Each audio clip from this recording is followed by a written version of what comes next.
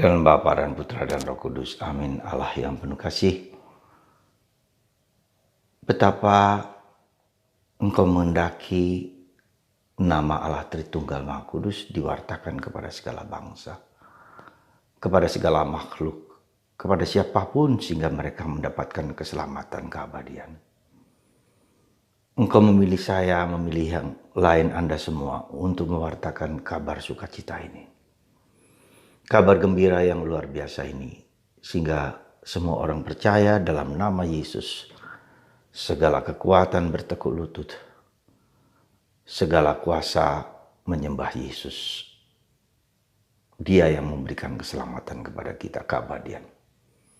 Terpujilah namamu kini dan sepanjang segala masa. Amin. Para saudaraku terkasih dalam Kristus, tugas perutusan pergi ke seluruh dunia, wartakanlah kabar gembira, wartakanlah Kristus kepada segala bangsa, segala makhluk, segala alam semesta. Jadi bukan hanya segala bangsa manusia, bahkan segala ciptaan yang tak kelihatan sekalipun, ya, segala makhluk alam semesta bertekuk lutut di bawah kaki Yesus. Yesus menjadi Allah yang universal bagi seluruh manusia. Jadi semua orang harus mengenal Yesus. Memang pada waktunya Yesus akan datang pada akhir zaman sebagai Alfa dan Omega yang berkuasa atas segala sesuatu. Segala waktu, segala tempat, segala zaman. Tetapi tugas itu sampai sekarang diberikan kepada kita manusia supaya kita membagikan kabar keselamatan, kabar ilahi Yesus ini kepada semua orang. Ya, jadi Yesus hari ini mengajak kita,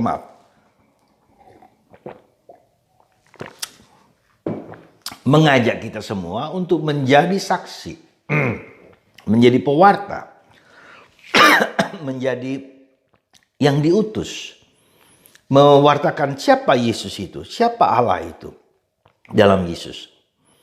Nah, maka apa yang sebetulnya kita butuhkan supaya menjadi seorang saksi yang luar biasa? Tokoh-tokoh besar seperti para rasul, seperti Fransiskus Xaverius, seperti Fransiskus Assisi, seperti Teresa Avila, seperti Maria Magdalena, seperti Ignatius, orang-orang yang hebat. Ya, orang-orang yang katakanlah telah menemukan jati diri Yesus dalam Yesus. Orang-orang yang mempunyai kekuatan daya yang berasal dari Yesus sendiri. Seperti Fransiskus Assisi, dia pergi ya, dari Italia ke India, ke Nusa Tenggara, kepada Ambon, di Cina, di Jepang dan segala macam. Orang yang saya bilang memiliki manhood, kelelakian, kejantanan, keberanian, keperkasaan, ya, daya manhood, keberanian itu. Ya, juga wanita, womanhood. Kemarin kita merayakan pesta Hari Kartini. Seorang wanita yang cerdas, tapi juga seorang wanita yang berani, ya, yang mati dalam usia muda, ya, yang berani membuka tabir keterbelengguan, ya, perbudakan wanita, tapi dia mempunyai suatu cara pandang yang luar biasa. Inilah seorang yang menurut saya, seorang womanhood, seorang manhood, seorang laki sungguh-sungguh, seorang perempuan yang sungguh-sungguh yang berani mendobrak segala sesuatu bentuk yang tidak berkenan di hati Allah.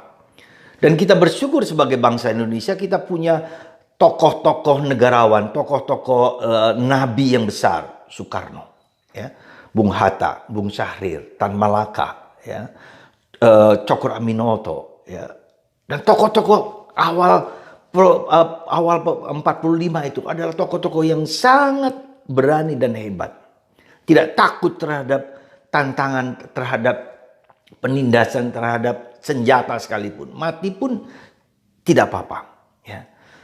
Nah, juga kita lihat adik atau kakak dari Kartini, Kartono, gitu. Dia menguasai banyak bahasa dan menjadi penerjemah PBB waktu itu. Sampai kemudian dia pulang ke Indonesia dan kemudian mengadakan pendidikan-pendidikan di Indonesia.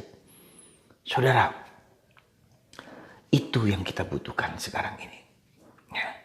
Itu yang kita mohonkan dari Tuhan, supaya kita bertemu dan masuk di dalam pribadi Yesus. Ya. Artinya apa? Ketika kita mengalami penderitaan, ketika kita mengalami kesulitan, ketika kita mengalami kesulitan apapun, salib apapun, mari kita masuk ke dalam misteri penderitaan Yesus. Mari kita masuk di dalam hati Yesus yang terdalam. Mari kita mohon rahmat supaya kita bisa mengerti, memahami panggilan kita untuk bertemu dengan Yesus dan mewartakan kabar gembira. Hari ini Yesus mengadakan perutusan, tugas mandat perutusan kepada para rasul. Karena para rasul telah diajar untuk melihat Yesus sendiri. Apa yang Yesus lakukan, tinggal bersama Yesus.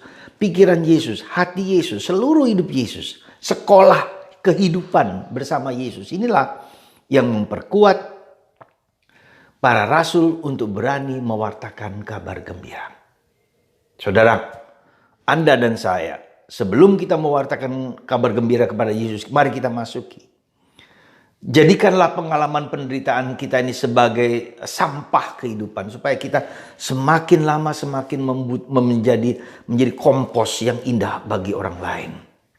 Tidak perlu mengeluh. Kita banyak juga belajar untuk diam, untuk hening. Kita banyak belajar untuk mendengarkan sabda Allah. Kita belajar untuk mendengarkan Kristus yang hidup. Semoga Anda dan saya di saat ini, di minggu Paskah ini, mengalami Yesus yang membongkar hidup saya, membagikan apa yang indah, yang hidup dalam diri kita bersama Yesus. Contoh pribadi yang sangat unggul di dalam kitab suci adalah Santo Yosef dan Bunda Maria.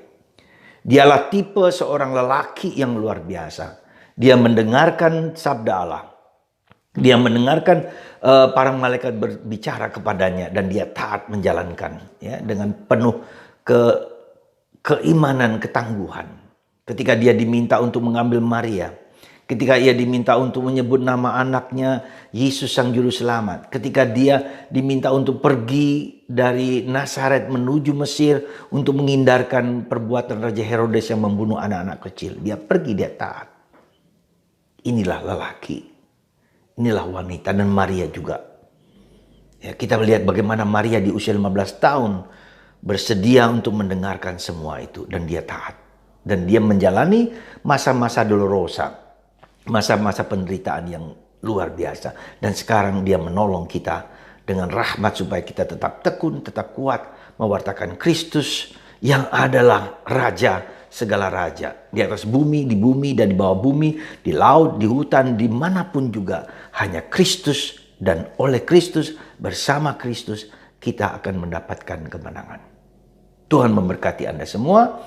Semoga kita semua berani diutus, tetapi juga berani menemukan jati diri kita yang sejati, guru yang sempurna. Tuhan memberkati kita semua dalam Bapa dan Putra dan Roh Kudus. Amin.